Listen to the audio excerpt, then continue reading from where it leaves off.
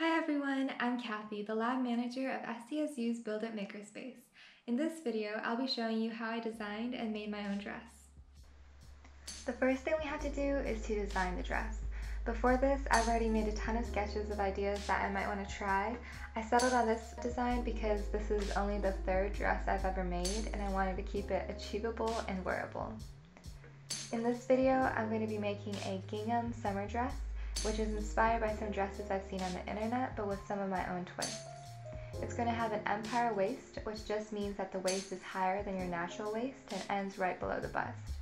For the skirt, I'm going to use panels to create flare, since I don't really think gathered fabric that high on my body is very flattering for me, and I didn't want it to be a tight dress, so I wanted a little bit more flowy shape. In the back, I'm going to have a bow that will fasten the dress so that I'm not incorporating any zippers or buttons, just to keep it simple.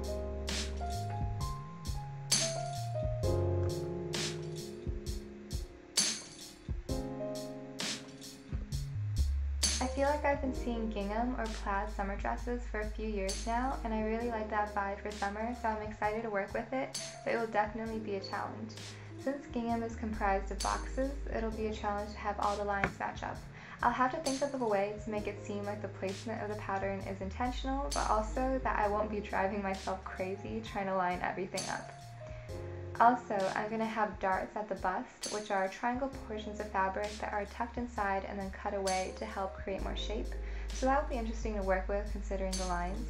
I may just have to have diagonal lines going into the dart seam, but these are just a few things I need to keep in mind while I work on this dress. Now we're on to my favorite part, which is called draping. Draping is a process that involves creating a pattern using muslin and a dress form. Muslin is a cheap, untreated cotton fabric. I got mine for about $2 a yard, so you shouldn't be afraid to make mistakes or try new things. You'll also need pins, scissors, and optionally fashion tape. Fashion tape isn't necessary, but it might help you map out the design on the form better. So to begin, I'm going to take some scissors. I'm going to cut a piece of my muslin. And really, I just always wanted to try this, but people kind of just rip it. So, like that. And then I will cut off a piece about the size of my bodice.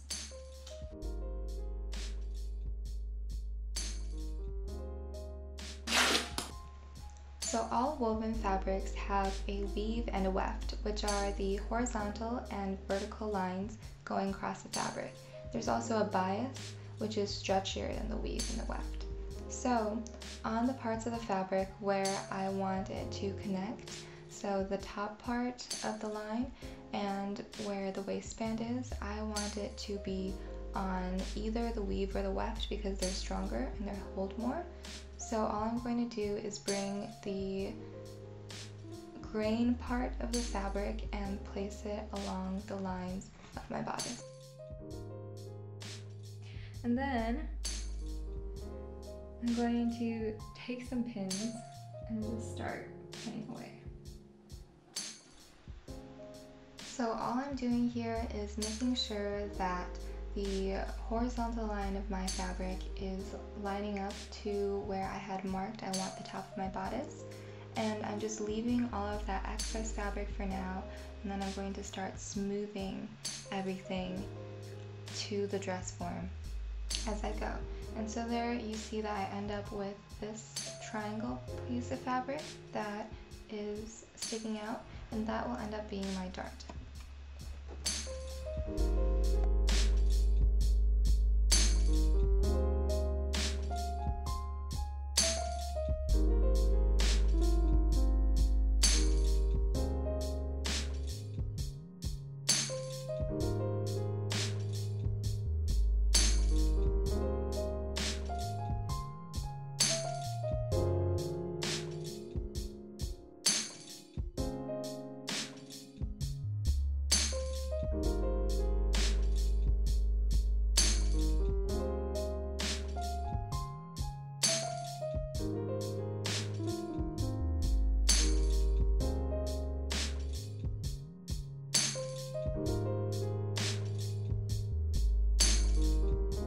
After I'm done draping my bodice, I am going in with the fashion tape and marking where all the seams I want for the panels of the dress to be so that they line up with the top parts of the bodice.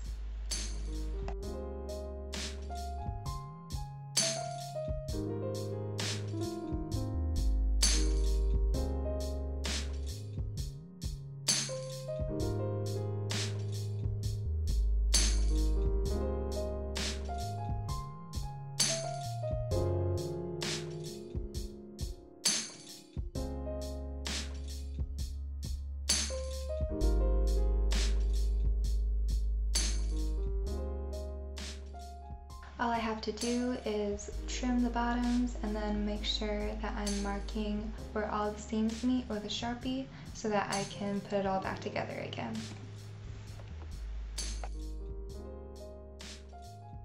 Now that I have one side of my dress completely draped, all I have to do now is copy over each of those patterns onto the other side.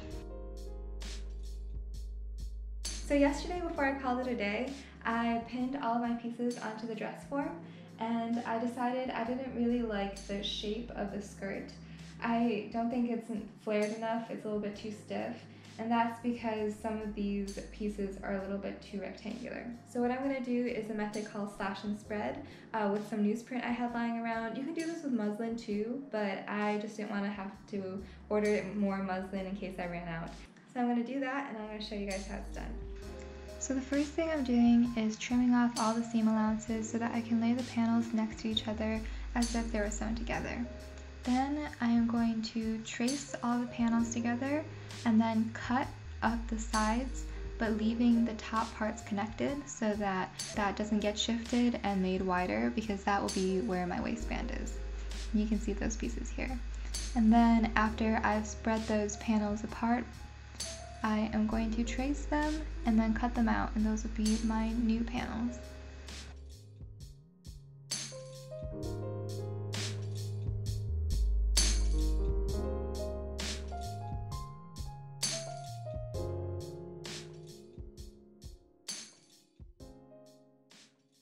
So I don't know if you can tell, but the skirt is a little bit more flared, and I do like how this front panel is more diagonal instead of being more straight up and down. So I'm going to sew it together and we'll see what happens. After I got everything put together, I tried it on and it fit, so I'm going to go ahead and make it in my actual fabric. A little bit about my fabric choices. I got this cotton polyester blend. It's really soft, and you want a blend because straight up cotton like this muslin is made out of, you can tell it's very stiff and it doesn't flow, it's not very comfortable. And if it was just straight up polyester, it wouldn't be very breathable. So a nice blend of the both creates this really, really soft fabric. I'm actually very happy with it because I bought this fabric online and I didn't know it was gonna be this soft. To get started, I am going to seam rip everything. I'm going to iron it out so it's flat, trace all the patterns onto this fabric, and sew it all together.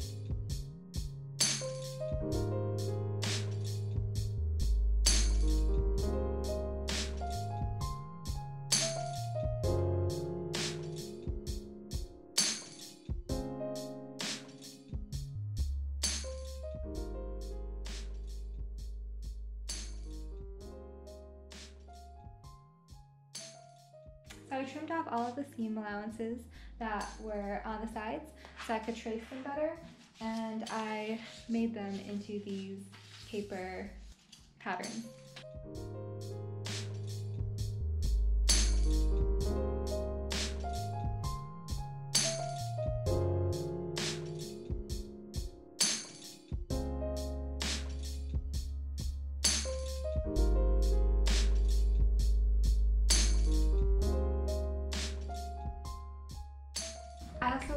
briefly talk about my game plan for some of these weirder pieces.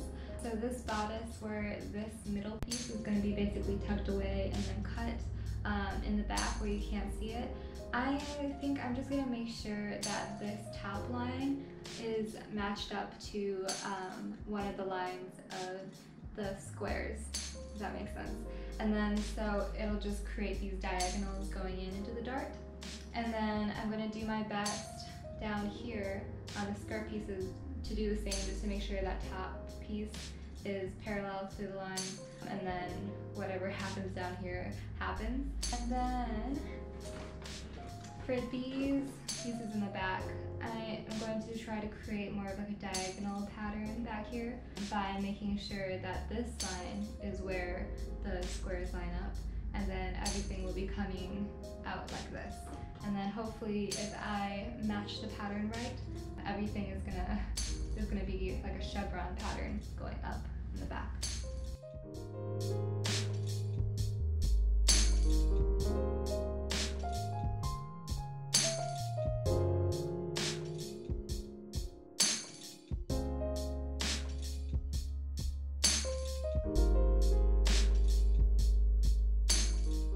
Since we did most of the work with the muslin, all that's left to do now is just a ton of tracing, cutting, pinning, and sewing.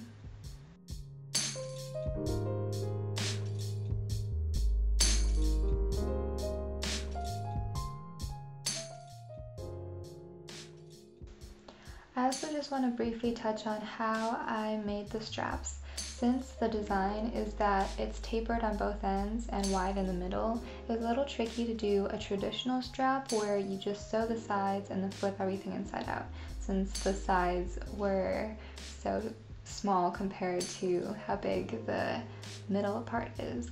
So here I am just pinning two sides of the sleeve together and then sewing them like normal, but I had to seam rip or leave a hole in the middle, in the wide part, in order to flip everything inside out. And it was still a little tricky here since there's a lot of fabric still needing to pass through the little tiny holes on the end, but I used a chopstick and I pushed it through. So if you have anything like a pencil or anything like that, it would really help here. And then I just tucked the hole inside of itself, and I ironed everything so that it's flat and it stays in shape. And then after I ironed everything, I did a top stitch. And what a top stitch is it's a straight stitch that is visible from the outside, and it's just really useful because I didn't want everything to bubble up like it was when I first flipped everything, so I just needed that little bit of security to keep everything flat. And I did the same thing with the bow in the back.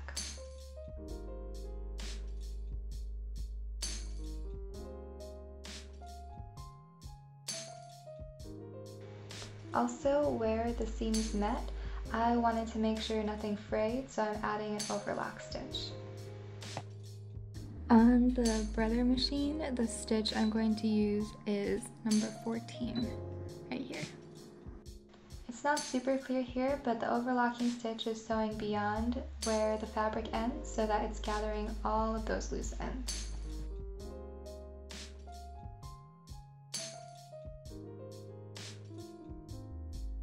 I'm going to hem to finish up, and what I'm doing here is I am making small slits so that it spreads out flat, and then just sewing the hem by rolling it back on itself and doing a straight stitch.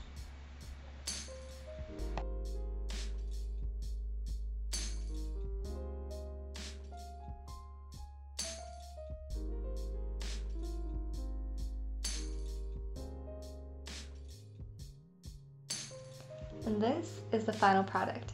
I'm pretty happy for the most part how this turned out. It's pretty close to how I had imagined it. As you can see from my many outfit changes in this video, creating a dress of your own takes a lot of time, but it's not impossible and it's very rewarding. I hope you'll try this out for yourself either at home or in BuildIt.